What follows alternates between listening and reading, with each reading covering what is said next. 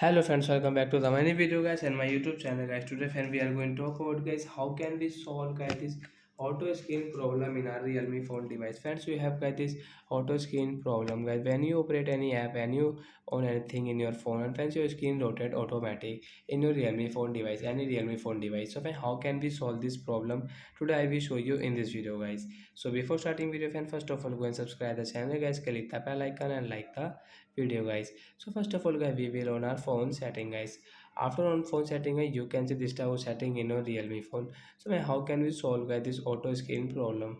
So when we will click on display and brightness setting guys, tap here and guys scroll it. So once you can see in display and brightness setting guys, you can see guys this auto rotate setting. So when in your Realme phone right side this icon is on, so you will have to click on this icon, then guys this setting will solve.